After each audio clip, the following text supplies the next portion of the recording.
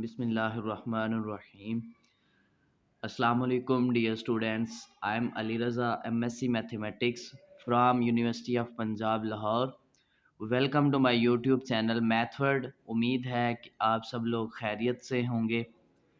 जैसे कि हमने इम्पोर्टेंट टॉपिक स्टार्ट किया हुआ है एनालिटिकल रीजनिंग। तो एनालिटिकल रीजनिंग बहुत ही इम्पोर्टेंट टॉपिक है हमारा, जो कि मैं अपनी प्रीवियस लेक्चर्स में बता चुका हूँ कि NTS, नेट, गेट और इवन के MPhil के टेस्ट में भी इसके क्वेश्चंस इंक्लूड होते हैं। स्पेशली यूनिवर्सिटी ऑफ पंजाब के अंदर MPhil के टेस्ट में 15 मार्क्स के क्वेश्चन एनालिटिकल के आते हैं।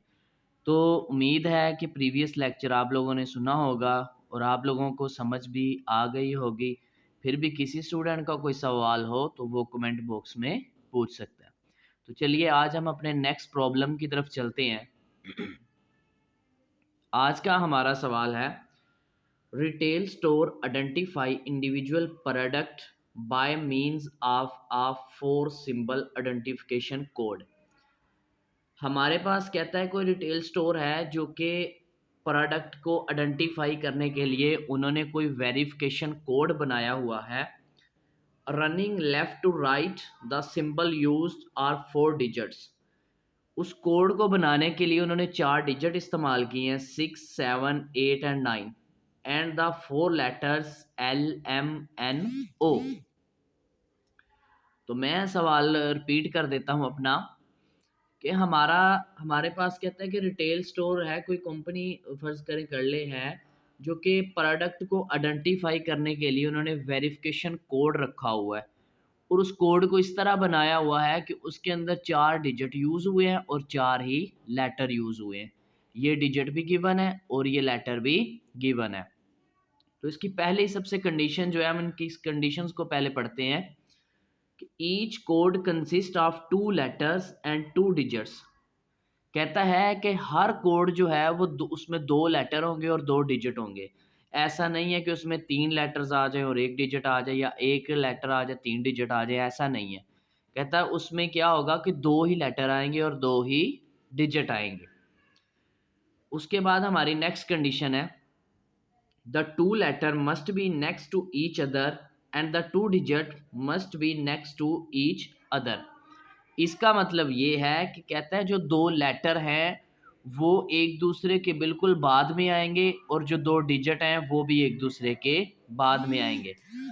मीन्स के इसका मतलब ये है,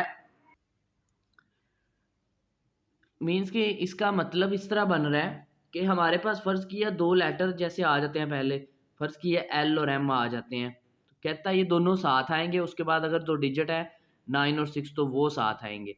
ये कभी भी नहीं हो सकता कि L आ जाए 9 आ जाए M आ जाए 6, यानी कि इस तरह नहीं होंगे, बल्कि इस तरह तरतीब होगी इनकी। अब दोनों डिजिट पहले आ सकते हैं या बाद में आ सकते हैं, लेकिन आएंगे इकट्ठे, दोनों डिजिट भी और दोनों लेटर भी। ये था इसका मतलब।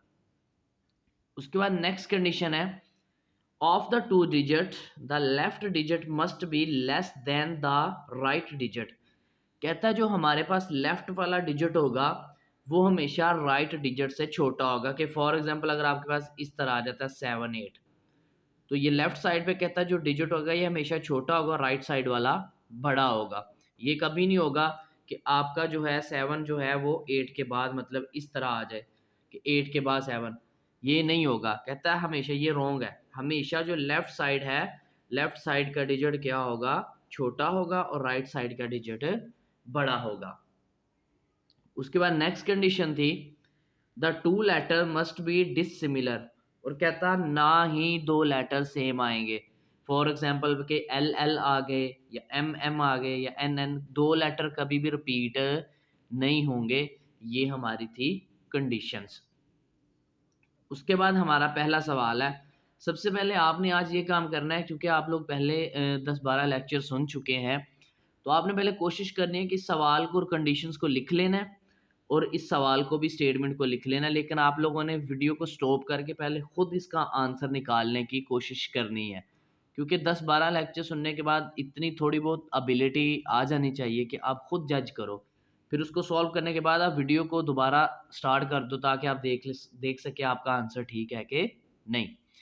तो चलिए आज हम अपने पहले सवाल की तरफ चलते हैं। विच of the following could be third symbol in a code in which fourth symbol is 8। कहता है कि हमारे पास जो कोड बना है उसमें फोर्थ नंबर पे आ रहा है 8। तो ये बताओ कि थर्ड नंबर पे कौन सा नंबर आएगा। पहला ऑप्शन LMO69। अब हमने ये पढ़ा था कि उसने बोला कि फोर्थ नंबर पे 8 है, तो इसका मतलब है कि लास्ट जो दोनों डिजिट होंगे और पहले दोनों लेटर होंगे। ये LL means letter, DD means digit. अब 4 नंबर पे उसने बोल दिया कि 8 आ गया, तो बताओ थर्ड नंबर पे क्या आएगा। तो ऊपर हमारी एक कंडीशन थी। कंडीशन क्या थी कि the left digit must be less than the right digit. अब ये तो अंडरस्टूड बात है कि ये डिजिट ही आएगा, क्योंकि हमने पढ़ा है कि या तो दोनों डिजिट लास्ट में होंगे या दोनों डिजिट फर्स्ट पे, मिक्स नहीं होंगे। तो इसलिए फोर्थ नंबर पे अगर डिजिट है तो थर्ड पे भी डिजिट ही होगा।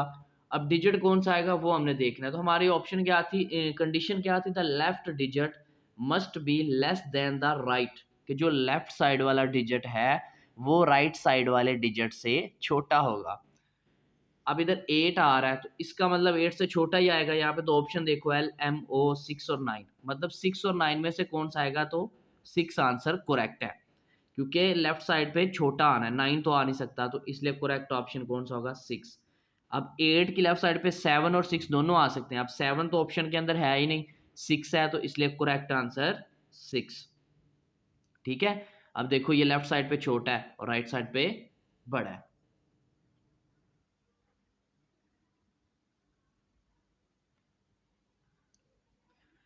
नेक्स्ट सवाल है विच of the following must be true. एक होता है कुड बी या शुड बी, दूसरा होता है मस्ट बी। कुड बी में ये होता है कि आपका वो आंसर, मतलब उसमें पॉसिबिलिटीज हो सकती हैं। मस्ट बी का ये मतलब होता है कि अंडरस्टूड वही बात हो और कोई पॉसिबिलिटी ना हो, वो होता है must be. The which of the following must be true of any code in which the letter L occur. इसमें हमने बताना है कि एल जब हमारा अक्कर करता है तो इन स्टेटमेंट में से बतानी है कि मस्ट बी ट्रू कौन सी स्टेटमेंट जो एग्जैक्टली 100% ट्रू है, जिसमें और पॉसिबिलिटी ना हो। तो ये मैंने नीचे टेबल बना दिया। अब उसने लिख दिया है कि which of the following in which the letter L occur. फर्ज किया मैंने लेटर एल यहाँ पे लिख लिया कि यहाँ पे एल अक्कर कर रहा है। अब इसका पहला ऑप्शन पढ़ना है, the letter M also occur in that code.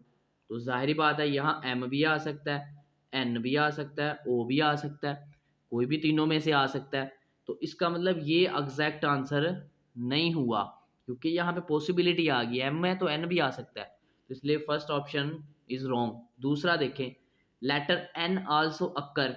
हाँ तो एन भी आ सकता है, क्योंकि एल तो यहाँ पे आ गया, तो बाकी तीनों में से ही कोई लेटर आएगा ना। एन भी आ सकता है, इसका मतलब एन 100% नहीं है, आ सकता है, बस पॉसिबिलिटी है, तो इसलिए ये भी मस्ट आंसर नहीं हुआ, इसलिए ये भी रॉन्ग। थर्ड क्या है, O also occur in that code. तो ओ भी आ सकता है, क्योंकि इसमें तो 3 पॉसिबिलिटी बन रही हैं, तो इसलिए ये ऑप्शन भी गलत है। नहीं, पहले तीनों ऑप्शन गलत है, क्योंकि उसमें पॉसिबिलिटी है, वो एग्जैक्ट नहीं है कि वही आएगा, हमने एग्जैक्ट बताना है। उसके बाद फोर्थ है the letter L occur in that code exactly once, कि जो लेटर एल है कहता है वो एक दफ़ा इसमें अक्कर होगा। तो ये बात ठीक है, क्योंकि पीछे कंडीशन थी कि कोई भी चीज़ रिपीट नहीं होगी, तो ये बात उसने ठीक लिखी है कि जो L occur at the once, इसलिए ये ऑप्शन हमारा करेक्ट है, ऑप्शन डी।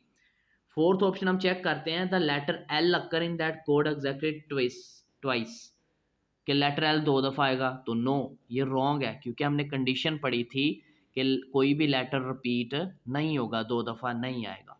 तो ये था हमारा सेकंड क्वेश्चन। आगे चलते हैं, हमारा थर्ड और लास्ट क्वेश्चन आज का।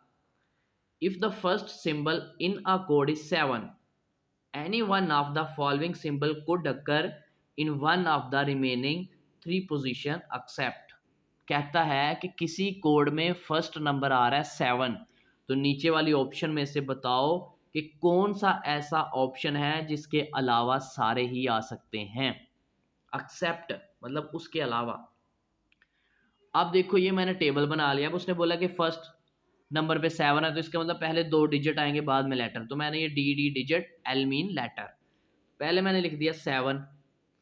अब ऑप्शन में से देखना है, अब इसका मतलब यहाँ भी कोई डिजिट ही आएगा, तो हमने ऐसा डिजिट बताना है जो ना आ सके। उन्होंने बोला है could occur in one of the remaining 3 position except, कि ऐसा नंबर बताना है जो ना आ सके, उसके अलावा सारे ही आ सकते हो।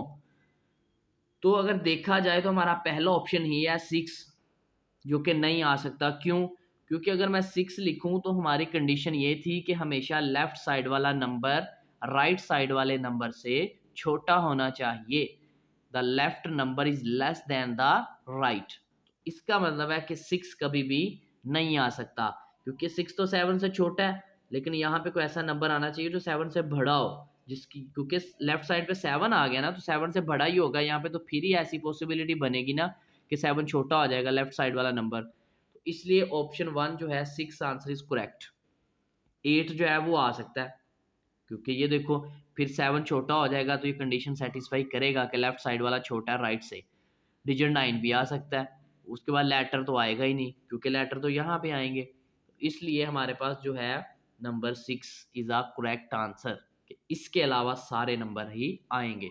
तो ये था हमारा आज का लेक्चर। उम्मीद है कि आप सबको अच्छे से समझ आ गई होगी। फिर भी किसी स्टूडेंट का कोई सवाल हो तो वो कमेंट बॉक्स में पूछ सकता है।